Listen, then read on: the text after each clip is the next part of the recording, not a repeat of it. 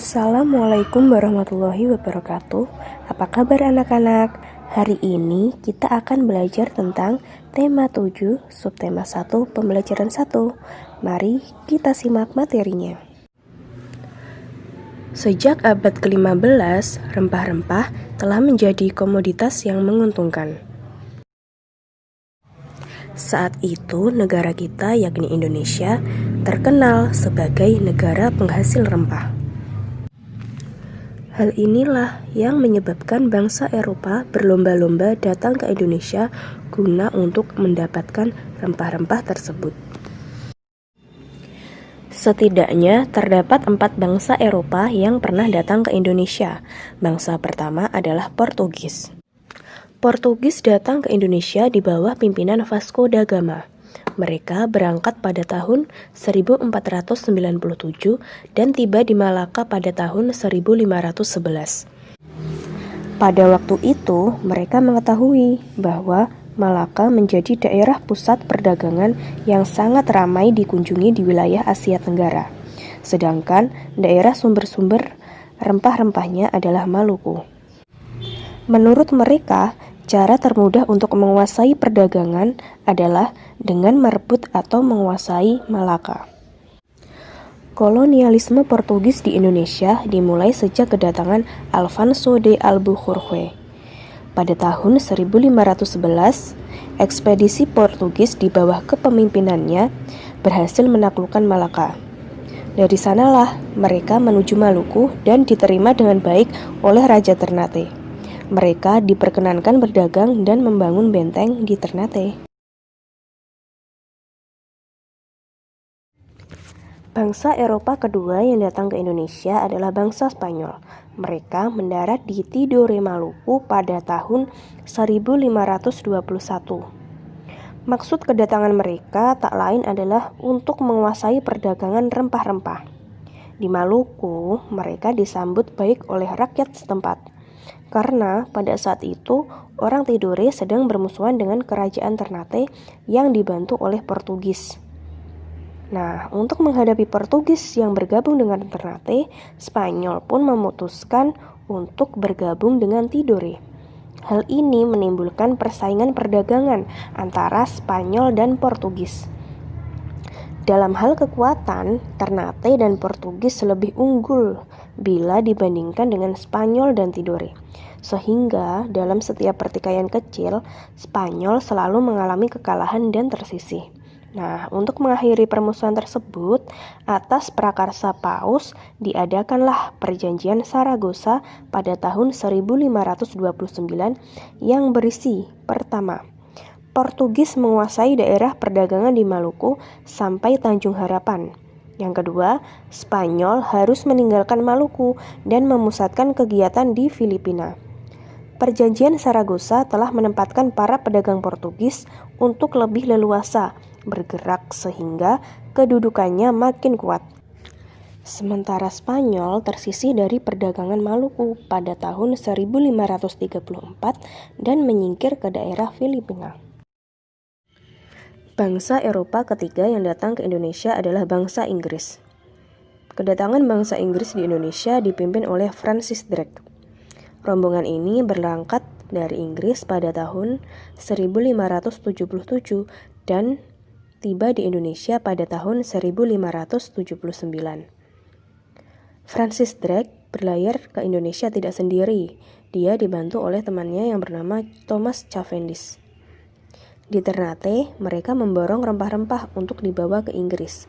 Rombongan Francis Drake ini kembali menuju Inggris dengan membawa rempah-rempah dan tiba di Inggris kembali pada tahun 1580. Bangsa keempat yang datang ke Indonesia adalah bangsa Belanda. Bangsa Belanda sampai di Indonesia pada tanggal 22 Juni 1596.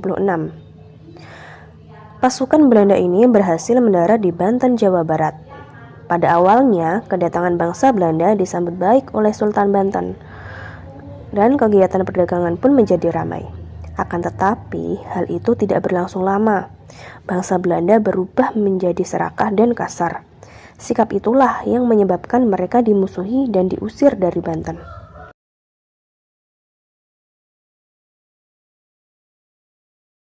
Nah, selanjutnya kita beralih ke bahasa Indonesia. Kita akan membahas tentang membuat teks ulasan. Apakah kalian tahu apa yang dimaksud dengan teks ulasan? Teks ulasan adalah teks yang berisi tinjauan dari suatu karya. Karya tersebut sangat beragam. Contohnya seperti film, buku, karya seni, dan lain sebagainya. Tujuan pembuatan teks ulasan tak lain adalah untuk mengetahui kualitas, kelebihan, kekurangan yang dimiliki karya tersebut yang ditunjukkan untuk pembaca atau pendengar.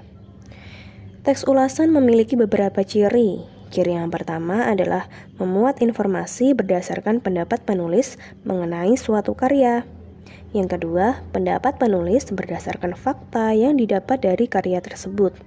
Kemudian yang terakhir adalah untuk ulasan karya tulis atau biasa disebut sebagai resensi. Nah, sekarang kita akan beralih ke IPA. Kita akan mempelajari tentang sifat-sifat benda. Tapi sebelum kita mempelajari tentang sifat-sifat benda, kalian tahu tidak? Benda itu ada berapa jenis? Ya betul, benda itu ada 3 jenis. Yang pertama adalah benda padat, benda cair, dan benda gas.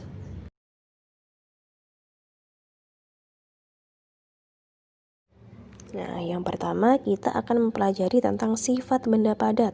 Sifat benda padat yang pertama itu adalah bentuknya tetap. Bisa kita lihat contoh benda padat itu adalah panci. Panci itu bentuknya tetap, tidak berubah-ubah. Sifat benda padat yang kedua adalah memiliki massa atau berat. Salah satunya bisa kita lihat di gambar, itu ada gambar batu bata. Bila kita ukur dengan timbangan atau kita angkat, batu bata itu memiliki berat. Nah, sifat yang ketiga adalah menempati ruang. Contohnya seperti yang tertera pada gambar. Kubus jika dimasukkan ke dalam gelas besar maupun gelas kecil, sama-sama bisa menempati ruangan gelas tersebut. Yang keempat adalah volumenya tetap. Penggaris yang dimasukkan di tas ataupun yang dimasukkan ke gelas, volumenya atau beratnya tetap sama dan tidak mengalami perubahan. Nah, sifat benda padat yang terakhir adalah dapat berubah bentuk, tetapi dengan catatan mendapat perlakuan tertentu, seperti dipukul, ditekan, ditendang, atau yang lainnya. Contohnya seperti panci pada gambar di layar. Panci itu bentuknya menjadi penyok karena mendapat perlakuan, yaitu dengan dipukul. Kita beralih ke sifat benda cair. Sifat benda cair yang pertama adalah benda cair selalu mengikuti bentuk wadahnya. Bisa kita lihat minyak yang dimasukkan ke botol bentuknya akan seperti botol. Minyak yang dimasukkan ke gelas bentuknya akan seperti gelas. Nah, itu menandakan bahwa sifat benda cair yaitu mengikuti bentuk wadahnya. Sifat benda cair yang kedua adalah benda cair yang tenang permukaannya selalu datar. Nah, bisa kita lihat air yang tenang, atasnya permukaannya selalu datar, tidak menggelembung atau mencengkung. Hal ini sering kali dimanfaatkan dalam penerapan waterpas batang, dalam pembuatan atau pemasangan ubin lantai. Sifat benda cair yang ketiga adalah mengalir dari tempat yang tinggi ke tempat yang lebih rendah.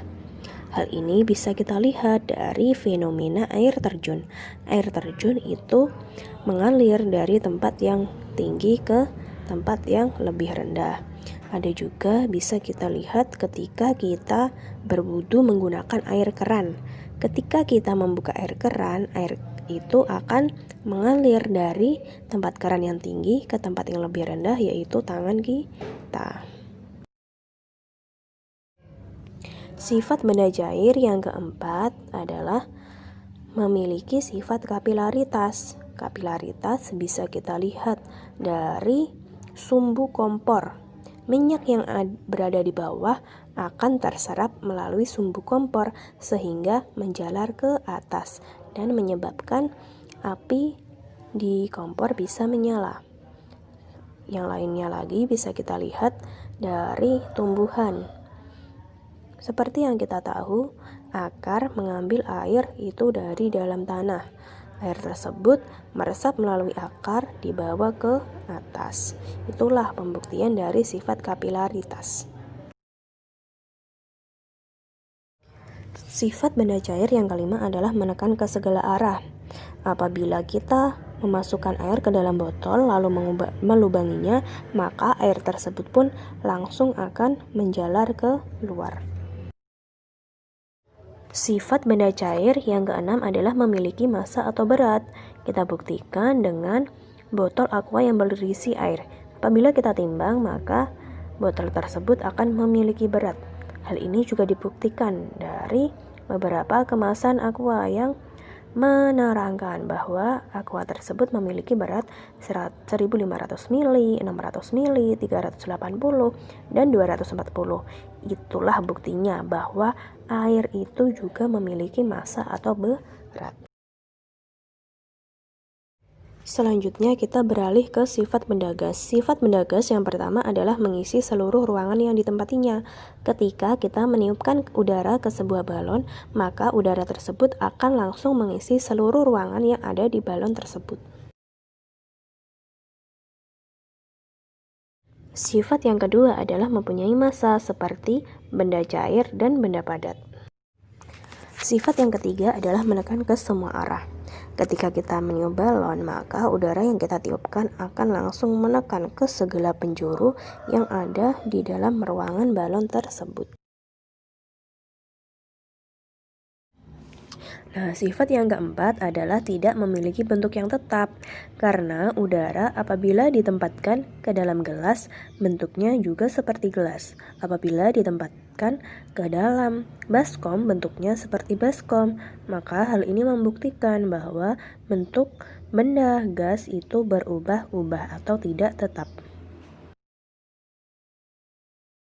Yang kelima, sifatnya adalah mengikuti bentuk wadahnya, seperti yang telah kita bahas di pembahasan sebelumnya tadi.